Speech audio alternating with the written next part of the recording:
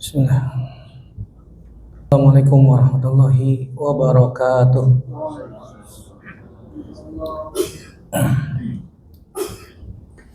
Innal hamdalillah nahmaduhu wa nasta'inuhu wa nastaghfiruh wa na'udzu billahi min syururi anfusina wa sayyiati a'malina.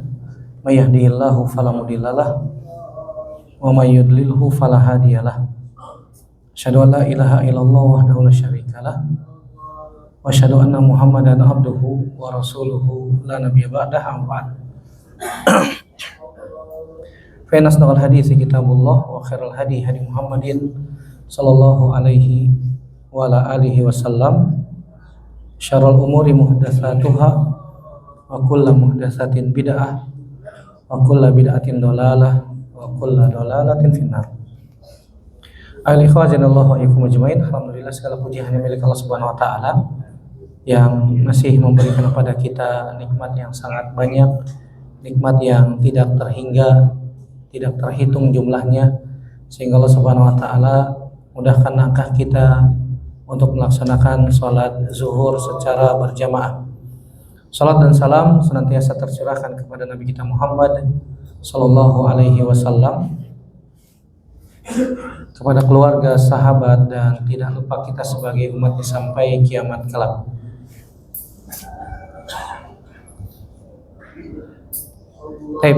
Melanjutkan pembahasan kita dari seri mengenal agama Islam dari kitab Al-Usul As-Salasah.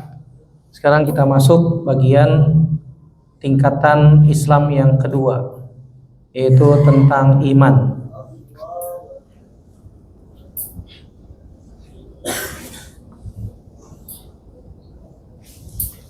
Apa nggak muncul ya?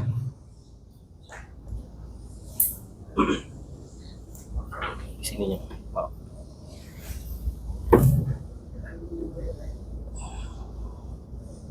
Kedua yang disebutkan oleh mu'allif dan ini juga dibahas oleh para ulama dalam kitab-kitab mereka, yaitu masalah iman. Kata mu'allif rahimahullahu ta'ala, al-martabatu tsaniyah al-iman wa huwa bid'un wa sab'una syu'batan. A'laha qaulu la ilaha illallah wa adnaha imatatul adza 'anit thariq wal haya'u syu'batun minal iman wa arkanuhu sittatun kama fil hadisi an tu'mina billahi wa malaikatihi wa kutubihi wa rusulihi wal yaumil akhiri wa bil qadari khairihi wa syarrihi. Wa dalilu ala hadhil arkan sittah qauluhu ta'ala laysal birra an tuwallu wujuhakum qibalal masyriqi wal maghrib walakinnal birra man amana billahi wal yaumil akhir wal malaikati wal kitabi wan nabiyyin. Wa dalilul qadar qauluhu ta'ala inna kulla syai'in khalaqnahu biqadar. Ya, al-mu'allif rahimahullah ta'ala itu Syekh Muhammad At-Tamimi rahimahullah ta'ala yang wafat tahun 1206 Hijriah menyebutkan bahwasanya tingkatan agama Islam yang kedua adalah iman. Nanti kita akan bahas masalah ini menjadi 4 poin insyaallah ta'ala ya. Kemudian beliau mengatakan iman itu ada 70 cabang lebih, bid'un wa sab'una syu'batan. Kalimat bid'un itu adalah bilangan antara 3 sampai 9. Berarti cabang iman itu ada 73, 74, 75, 76, 78 atau 79 cabang. Dalam riwayat yang lain disebutkan bid'un wasittuna syu'batan. Ada 60 cabang lebih.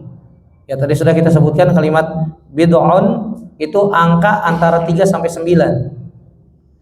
Yang paling tinggi kata Nabi SAW, beliau mengambil potongan hadis Nabi SAW, yang paling tinggi adalah qaulul la ilaha illallah, perkataan la ilaha illallah. Wa adnaha, yang paling rendah adalah imatatul adza 'anit thariq, itu menyingkirkan gangguan dari jalan. Wal haya'u syu'batun minal iman. Dari sini kita bisa ambil faidah bahwasanya iman itu mencakup 3 hal. Yang pertama qaulun. Nabi SAW memberikan contoh la ilaha illallah. Karena la ilaha illallah harus diucapkan. Tidak cukup hanya di dalam hati, tapi juga harus diucapkan dengan lisan. Setelah diucapkan dengan lisan baru diyakini di dalam hati. Makanya pernah saya katakan bahwasanya kalau ada orang mau masuk Islam, dia harus mengucapkan syahadatain dengan lisannya dan diyakini dengan hati. Kalau hanya diucapkan dengan lisan saja tanpa diyakini di dalam hati, maka tidak cukup memasukkan seseorang ke dalam agama Islam. Apalagi dia mengucapkannya dalam keadaan bercanda. Tidak ada keyakinan sama sekali bahwasanya Islam adalah agama yang paling benar. Atau dia mau masuk Islam mengucapkan kalimat syahadatainnya hanya dalam hati, tanpa diucapkan dengan lisan. Seperti misalnya ada orang mau masuk Islam, Pak Ustadz saya mau masuk Islam Pak Ustadz. Baik, kalau begitu ikutin saya syahadat. Baik, asyhadu alla ilaha illallah. Dia diam aja. Ayo mas, ucapin, ikutin syahadat yang saya katakan.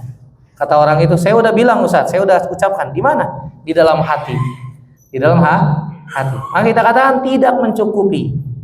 Ketika seseorang mau masuk Islam, maka dia harus mengucapkan dengan lisan dan diyakini dalam hati. La ilaha illallah ini perwakilan bahwasanya iman itu harus ada qaulun, harus ada ucapan.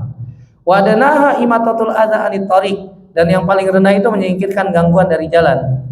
Dari sini dapat diambil faidah bahwasanya iman itu termasuk di dalamnya adalah amal perbuatan. Menyingkirkan gangguan dari jalan pakai apa? Pakai tangan, kan begitu. Tangannya digerakkan.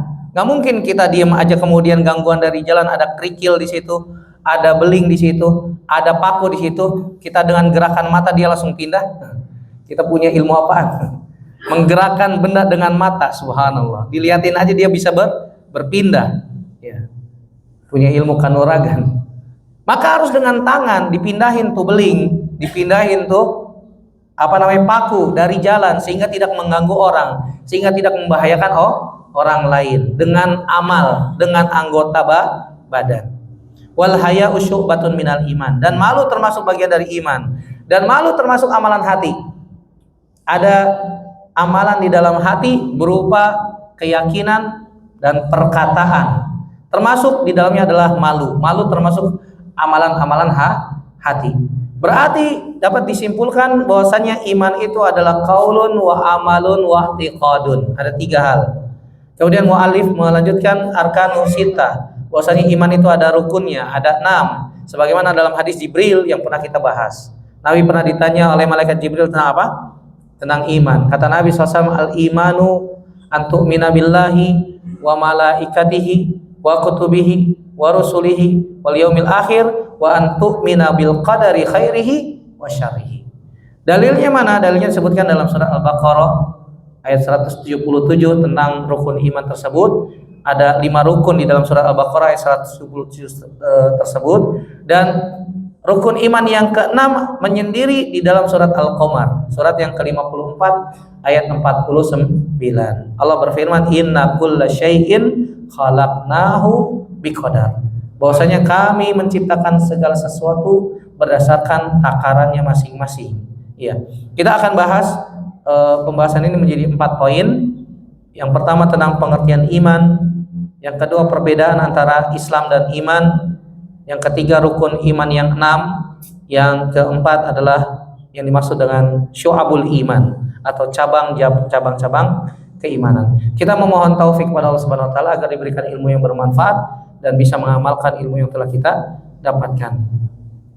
Adapun yang pertama, poin yang pertama tentang pengertian iman. Secara bahasa iman itu artinya at-tasdiqu al-maqrunu bil inqiyadi wal iz'ani. Ini disebutkan oleh para ulama, di antara Syekh Muhammad bin Shalih Al-Utsaimin, dan juga dalam Syarah I'tiqad Ahlus Sunnah wal Jamaah oleh Imam Al-Lalika'i. Bahwasanya iman itu secara bahasa bukan hanya sekedar pembenaran, pengakuan dalam hati, tetapi juga harus diyakini, disertai dengan inqiyadu wal iz'anu. Ada namanya inqiyad, tunduk dan patuh, serta iz'an, menerima ya apa yang Allah Subhanahu wa taala kabarkan berupa Al-Qur'an dan juga dari hadis-hadis Nabi sallallahu alaihi wasallam. Makanya kalau kita bicara masalah iman, Pak, itu kita bicara masalah gaib. Kita bicara masalah gaib. Kalau kita bicara tentang masalah yang gaib, harus ada dalilnya. La budda, wajib harus membawakan dalil. Karena kita nggak ngelihat. Karena kita membicarakan sesuatu yang tidak bisa ditangkap oleh panca indera kita. Bohong kalau misalnya ada orang bisa melihat jin. Oh, saya bisa melihat jin, Ustaz. Saya punya indera ke-6, indera ke-7. Masya Allah. Iya. Maka kita katakan dusta, bohong. Manusia nggak bisa melihat jin. Manusia nggak bisa melihat malaikat kecuali mereka menampakkan diri. Ya. Kecuali mereka menampakkan diri. Pertanyaannya, kenapa mereka menampakkan diri? Kan begitu. Pasti ada tujuannya, pasti ada maksudnya. Dan jin itu ketika menampakkan diri bukan dalam wujud aslinya. Bukan dalam wujud aslinya. Jin-jin yang ingkar, yang mereka durhaka, nggak bakalan berani menampakkan kepada orang yang beriman, yang bertauhid. Mereka nggak berani, bahkan takut, kan begitu. Biasanya mereka mendekatkan diri kepada orang-orang yang sefrekuensi dengan mereka. Iya. Dan khawatirnya nanti akan dijadikan apa? Dijadikan kader-kader dukun. Dengan dikatakan, dibisikan hal-hal yang, oh, Anda ini termasuk keturunan wali ini, Anda ini termasuk keturunan ini dan itu. Dari mana dia tahu? Ya, mana buktinya? Dia harus mendatangkan dalil. Dan kalau dia mendatangkan dalil, oh, Anda itu punya kakek kesekian, kuburannya ada di ini. Coba dicek di sana. Ternyata benar ada kuburannya, sudah dipersiapkan. Sudah dipersiapkan. Jangan percaya, mereka itu tukang bohong. Abu Hurairah radhiyallahu taala anhu ketika disuruh menjaga Baitul Mal, ya, kaum muslimin, ternyata kedatangan apa? Tamu. Sampai 3 hari tiga malam berturut-turut datang minta sumbangan, belum makan, ya. Kemudian dikasih oleh Abu Hurairah, kemudian diceritakan kepada Nabi Shallallahu Alaihi Wasallam. Kata Nabi, besok malam dia datang lagi. Ternyata benar, sampai 3 malam. Kemudian orang itu, sosok tersebut mengatakan, wahai Abu Hurairah, mau nggak aku ajarin sesuatu?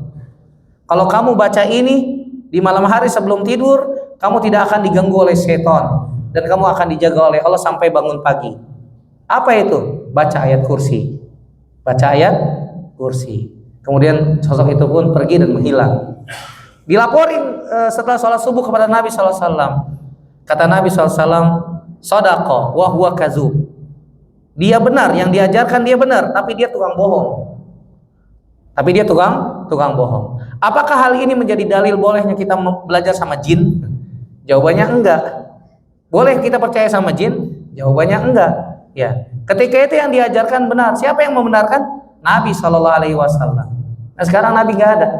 Kalau dia ngajarin sesuatu kita lapor siapa? Ya, maka barometernya adalah dalil. Barometernya adalah Al-Quran atau hadis Nabi Shallallahu Alaihi Wasallam. Jangan percaya sama mereka. Mereka itu tukang bohong, tukang dusta. Ya ini kalau kita bicara iman, kita bicara masalah goib, maka wajib mendatangkan dalil. Adapun secara syar'i disebut oleh para ulama di antara Al-Imam Ibnu Qayyim rahimahullah taala, iman itu adalah ya al-qaulu bil lisan wal amalu bil arkan wal i'tiqadu bil janan yazidu bi taati rahman wa yankusu bi taati syaiton. Yang belakangnya ada 5 nun, ya, belakangnya nun semua. Pengertian iman secara istilah. Qaulun bil lisan wa amalun bil arkan wa at-tasdiqu bil janan wa yazidu bi taati rahman wa yankusu bi taati syaiton. Iman itu menurut istilah adalah perkataan dengan lisan. Perkataan dengan lisan. Mengamalkan dengan anggota badan. Pembenaran di dalam hati. Dapat bertambah karena taat kepada Allah Ar-Rahman, dan dapat berkurang iman tersebut karena taat kepada syaitan. Taat kepada syaitan. Dari sini kita bisa ambil faidah bahwasanya minimal nih kita katakan ahlus sunnah wal jamaah dalam mendefinisikan iman minimal 3. Qaulun wa amalun wa i'tiqadun. Qaulun bil lisan, perkataan dengan lisan, mengamalkan dengan anggota badan dan diyakini dalam hati. Ini untuk membantah ada orang yang mengatakan bahwasanya amal bukan termasuk bagian dari iman. Bantahan untuk mereka. Siapa yang mengatakan demikian? orang-orang Murji'ah. Orang-orang Murji'ah mengatakan al-amal laisa minal iman. Amal bukan bagian dari iman. Mereka mengeluarkan amal dari bagian iman. Makanya mereka nggak sholat. Kata mereka apa? Sing penting eling, kan begitu. Pernah dengar kalimat itu, Pak? Yang penting ingat kepada Allah. Yang penting eling, yang penting ingat kepada Allah. Kalau kita sudah ingat kepada Allah, nggak perlu amal, nggak perlu sholat, nggak perlu puasa, nggak perlu sedekah. Yang penting ingat kepada Allah. Ini berbahaya. Ini berbahaya. Berarti banyak sekali orang yang tidak sholat dengan keyakinan ini, dengan dasar ini. Mereka mengatakan amal bukan bagian dari iman. Imam Bukhari rahimahullah ta'ala di dalam sahihnya banyak sekali membantah perkataan Murji'ah yang mengatakan amalan bukan termasuk bagian dari iman. Beliau membuat bab di dalam Sahih Bukhari ada as-sholatu minal iman. Salat bagian dari iman. Salat itu amal. As-shaumu minal iman. As-shadaqatu minal iman. Dan seterusnya untuk membantah orang-orang Murji'ah. Ini juga bantahan bagi mereka yang mengatakan Imam Bukhari adalah Murji'ah. Bagaimana mungkin seorang dikatakan Murji'ah padahal Imam Bukhari membantah Murji'ah di dalam Sahih Bukhari. Kan begitu. Makanya beliau juga menulis kitab Khalqu Af'alil Ibad. Ya, bahwasanya perbuatan hamba itu adalah makhluk Allah Subhanahu wa taala. Ya, ini juga keyakinan-keyakinan yang batil. Ya, Ahlus Sunnah wal Jamaah meyakini bahwasanya iman itu termasuk bagian darinya adalah perkataan dengan lisan, amalan dengan anggota badan, dan meyakini dalam hati. Dapat bertambah karena ketaatan dan dapat berkurang karena maksiat. Kenapa ditambahkan kalimat ini? Untuk membantah orang-orang Khawarij yang mereka mengatakan bahwasanya iman itu kalau sudah berkurang sebagian hilang seluruhnya. Contoh misal, kalau misalnya saya minum air di dalam botol ini, saya minum setengah, airnya masih ada nggak? Masih ada berapa? Masih ada setengah. Kalau orang Khawarij bilangnya bukan begitu. Kalau air ini sudah diminum setengah, hilang habis semuanya. Ini masuk akal nggak? Jawabannya enggak. Iya. Kita pakai analogi yang sederhana seperti itu aja sudah terbantahkan. Mereka mengatakan al-imanu idza zahaba ba'duhu zahaba kulluhu. Iman itu kalau sudah hilang sebagian, hilang seluruhnya. Berarti kalau ada orang bermaksiat, mencuri, berzina, minum khamar, langsung dikafirkan. Kenapa? Imannya hilang. Imannya sudah habis. Karena mereka punya kaidah seperti itu. Mereka punya keyakinan seperti itu. Makanya mereka mengkafirkan pelaku dosa. Kalau Ahlus Sunnah wal Jamaah tidak demikian. Ahlus Sunnah wal Jamaah meyakini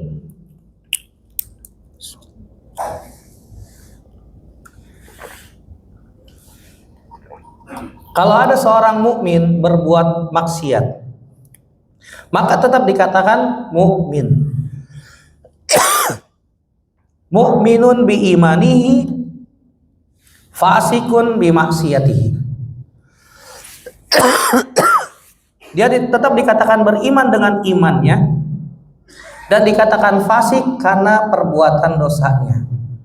Yang dimaksud dengan fasik di sini adalah al-khuruju anit ta'ah, keluar dari ketaatan. Berarti tidak dikafirkan.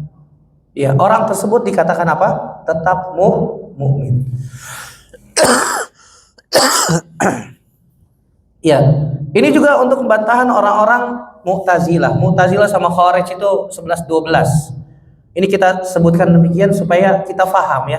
Jangan sampai kita mudah terpengaruh dengan pemahaman-pemahaman yang sesat seperti itu. Kenapa? Karena mereka ujung-ujungnya akan mengkafirkan kaum muslimin, mengkafirkan penguasa, mengkafirkan pemimpin tertinggi. Nah, mereka dasarnya adalah pengertian iman ini. Dasarnya adalah keyakinan tentang apa? Tentang iman. Mereka mengatakan kalau ada orang berbuat dosa dan maksiat langsung kafir. Halal darahnya, boleh dibunuh, subhanallah. Itu dasar kesesatan Khawarij. Mereka suka memberontak penguasa, Mereka suka memberontak kepada pemimpin yang sah di negeri tersebut. Ahlus sunnah wal jamaah tidak demikian. Ahlus sunnah wal jamaah tidak demikian. Ahlus sunnah wal jamaah meyakini bahwasanya iman itu bisa bertambah dan bisa berkurang. Dan ada hal-hal yang bisa membatalkan iman. Bahkan ada hal-hal yang bisa mengurangi iman. Kalau iman sudah batal, sudah hilang, ya berarti dia keluar dari agama Islam. Apa saja? Di antaranya nanti ada pembahasannya khusus. Namanya nawaqidul iman. Ya, pembatal-pembatal keimanan. Kalau dilakukan oleh seseorang ini bisa mengakibatkan pelakunya keluar dari agama Islam. Tapi tentu saja ada doabit-doabitnya, ada takaran-takarannya, ada ukuran-ukurannya, tidak sembarangan, sembarangan.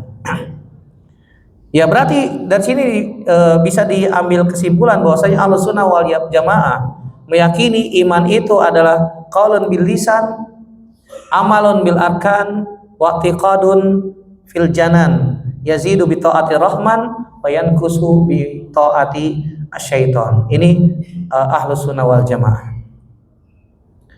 Kemudian poin yang kedua, perbedaan Islam dan iman. Yang pertama, iman itu derajatnya lebih tinggi daripada Islam. Setiap muslim belum tentu mukmin, tetapi setiap mukmin sudah pasti muslim. Yang kedua, kalau disebutkan bersamaan, maka Islam itu maknanya tersendiri, iman itu maknanya tersendiri. Kalau disebutkan secara bersamaan, seperti dalam hadis Jibril, Nabi ditanya oleh malaikat Jibril, apa itu Islam, apa itu iman. Maka Nabi menjawab, Islam itu dengan rukun Islam, yang semuanya adalah amalan-amalan zahir. Ya, yang pertama syahadatain harus diucapkan, orang dengar. Ya, namanya juga diucapkan, ada saut di situ, ada suara sehingga orang dengar. Kemudian apa? Sholat, nggak usah ditanya. Kalau kita sholat, amalan gerakan badan ada, orang bisa lihat, orang tersebut sedang sholat. Yang ketiga puasa. Ya, gimana Ustadz mengetahui orang itu puasa? Kelihatannya hari Senin, Kamis lemas kan begitu. Atau bulan Ramadan puasa, tidak makan, tidak minum. Ya. Atau dia mengatakan saya sedang berpuasa. Apalagi zakat, sedekah, infak, ya, memasukkan atau memberikan hartanya ke jalan Allah Subhanahu wa taala, kelihatan orang. Apalagi haji, nggak usah ditanya, satu kampung tahu semua, kan begitu. Ini semuanya adalah amalan-amalan zahir, kelihatan, nampak. Adapun iman berkaitan dengan amalan-amalan batin. Keimanan, kepercayaan terhadap Allah Subhanahu wa taala, bahwasanya Allah itu ada. Nanti kita bahas tentang rukun iman ya, mungkin di pertemuan yang akan datang. Secara tafsil, secara terperinci, rukun iman ada 6, semuanya berkaitan dengan masalah amalan-amalan batin, masalah keimanan, beriman kepada Allah, beriman kepada malaikat, beriman kepada kitab-kitab, beriman kepada Rasul, beriman kepada hari akhir, beriman kepada takdir. Yang kata para ulama, rukun iman dan rukun Islam itu semuanya satu kesatuan. Apalagi kalau kita bicara masalah iman, rukun iman yang 6 merupakan satu kesatuan yang tidak bisa dilepaskan antara satu dengan yang lain. Kalau ada seseorang yang mengingkari salah satu rukun iman yang 6, maka dia bisa terjerumus kepada kekufuran. Dia berada di jurang yang sangat berbahaya. Dia berada di tepi jurang yang sangat berbahaya. Artinya apa? Para ulama mengatakan orang yang tidak mengimani salah satu rukun iman bisa kafir, bisa keluar dari agama Islam. Kenapa demikian? Karena rukun iman semuanya satu kesatuan. Emang ada Ustadz? Oh banyak. Ya banyak. Begitu juga kita bicara rukun iman yang pertama, beriman kepada Allah. Di antara konsekuensi kita beriman kepada Allah, kita beriman bahwasanya Allah itu ada. Allah itu ada. Ya. Emang ada orang Islam yang mengatakan Allah itu tidak ada? Ada. Mereka mengatakan Allah itu tidak punya nama dan tidak punya sifat. Mereka mengaku diri mereka muslim dan mereka mengatakan Allah tidak punya nama dan tidak punya sifat. Maka kita katakan, Sesuatu yang tidak punya nama dan tidak punya sifat, hakikatnya nggak ada. Hakikatnya tidak ada. Mereka mengatakan Allah tidak punya nama dan tidak punya sifat. Hakikatnya mereka mengatakan Allah tidak ada. Allah tidak ada. Terus yang menciptakan alam semesta ini gimana Ustaz? Muter-muter jawabannya. Ujung-ujungnya pakai filsafat. Ujung-ujungnya pakai filsafat. Iya. Agama nenek moyang warisan Aristoteles.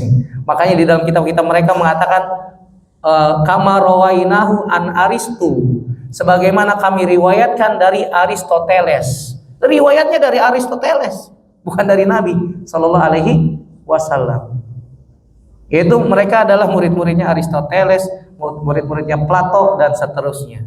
Sehingga Islam bukan dibangun di atas dalil, tapi dibangun di atas apa? Akal-akalan mereka. Ini berbahaya. Ini berbahaya. Begitu juga kalau kita bicara masalah malaikat, berbicara masalah takdir, berbicara masalah hari akhir, ada sebagian kaum muslimin yang tidak meyakini salah satu dari rukun iman tersebut. Yang ketiga, jika iman dan Islam dipisahkan, maka maknanya sama. Maknanya sama. Iman maknanya Islam, Islam maknanya iman. Ini disebutkan oleh Imam Ibn Rajab Al-Hambali rahimahullah ta'ala. Sebuah kaidah yang disebutkan oleh beliau dalam kitab Lataiful Ma'arif, begitu juga di dalam kitab Jami'ul Ulum wal Hikam. Beliau mengatakan, Islam dan iman idza iftaraqa ijtama'a wa idza ijtama'a iftaraqa. Iman dan Islam jika disebutkan bersandingan, ya, ijtama'a bersandingan, maka iftaraqa maknanya sendiri-sendiri. Maknanya sendiri-sendiri.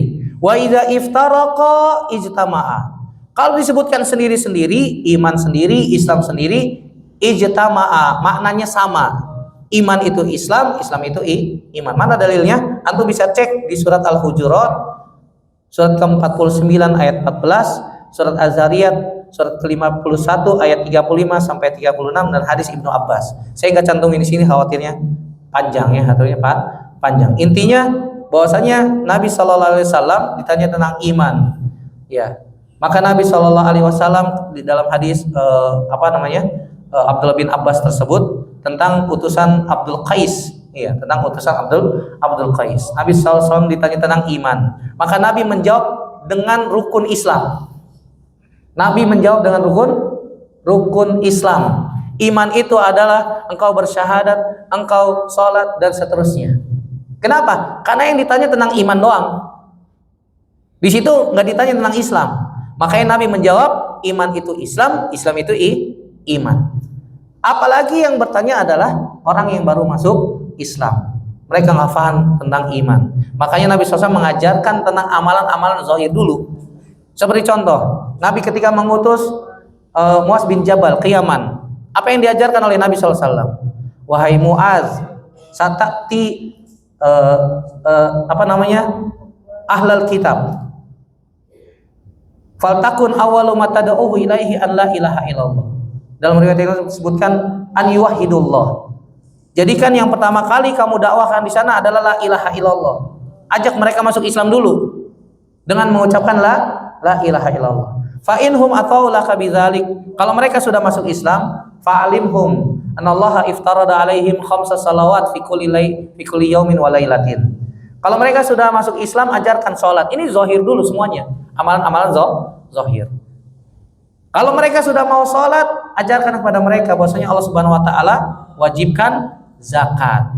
Tukhadhu min agniyaihim wa turaddu ila fuqaraihim. Yang diambil dari orang kaya dan diberikan kepada orang-orang fakir di antara mereka. Nabi ajarkan apa? Amalan zahir. Karena orang-orang baru masuk Islam, imannya masih lemah. Adapun tentang masalah rukun iman, tafsilnya, ini kayaknya waktunya nggak cukup ya. Saya ada slide lagi. Ini intinya rukun iman ada 6, satu kesatuan semuanya. Ya, tidak bisa dipisahkan antara satu dengan yang lain. Adapun urutannya seperti ini. Adapun yang disebutkan oleh Allah Subhanahu wa taala di awal, ya, oleh mu'alif rahimahullah taala, laisal birra an tuwallu wujuhakum qibalal masyriq wal maghrib, walakinnal birra man amana billah wal yaumil akhir. Kenapa yaumil akhir yang kedua? Maka kita katakan ini penyebutan bukan urutan.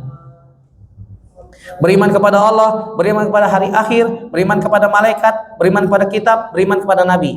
Beriman kepada nabi yang kelima. Maka kita katakan ini penyebutan bukan berdasarkan tartib, bukan berdasarkan urutan, tapi hanya berdasarkan penyebutan saja. Adapun tartibnya, urutannya yang disebutkan oleh Nabi dalam hadis Jibril, itu disebutkan oleh Nabi SAW rukun iman secara urut. Ketika Nabi menjawab antu'mina billahi wa malaikatihi wa kutubihi wa rusulihi wal yaumil akhir wa antu'mina bil qadari khairihi wa syarrihi. Ini baru penyebutan secara urut. Adapun di dalam surat Al-Baqarah ini Allah Subhanahu wa taala hanya menyebutkan bukan secara urut. Nabi juga pernah menyebutkan rukun Islam tapi dengan acak, bukan dengan urutan. Hadis Abdullah bin Umar, riwayat Imam Bukhari. Ketika Nabi SAW mengatakan bunyal Islamu ala khamsin. Islam itu dibangun di atas 5 perkara. Syahadati an la ilaha illallah wa anna Muhammadar Rasulullah wa iqamis shalah wa ita'iz zakah wa hajjil bait wa saumi Ramadan. Puasa Ramadan yang kelima, hajinya yang keempat. Ya, maka kita katakan ini penyebutan bukan berdasarkan urutan. Adapun yang berdasarkan urutan tadi sudah disebutkan dalam hadis Jibril. Kemudian Allah Subhanahu wa taala menyebutkan dalil tentang takdir di ayat tersendiri. Kenapa? Karena banyak orang yang menyimpang dalam masalah takdir. Makanya Allah sebutkan menyendiri. Kemudian yang poin yang keempat adalah cabang-cabang iman atau syu'abul iman. Ya, syu'ab itu bentuk jamak dari syu'bah, artinya sekelompok atau bagian dari sesuatu. Syu'abul iman artinya cabang-cabang keimanan. Bahkan para ulama membahas tentang cabang-cabang iman itu ada berapa sih? Iya, dalam sebuah buku ada Imam Al-Halimi, ada Imam Ibnu Hibban. Yang paling terkenal adalah Syu'abul Iman karya Imam Al-Baihaqi. Karya Imam Al-Baihaqi. Di situ disebutkan amalan-amalan yang termasuk bagian dari iman apa saja. Ada amalan lisan, ada amalan hati, ada amalan anggota badan. Dan untuk tafsilnya rukun iman dan syu'abul iman insya Allah pada pertemuan yang akan datang kita bahas ya. Kalau kita bahas sekarang tidak sempat dan ini agak panjang. Ini agak panjang. Walaupun slide-nya sudah saya buat dan PDF-nya sudah saya share ke Mas Bagus. Nanti tinggal dibagikan saja. Insya Allah pada pertemuan yang akan datang kita akan bahas tentang rukun iman dan cabang-cabang keimanan biiznillah dengan izin dari Allah Subhanahu wa taala. Demikian saja yang bisa kita sampaikan.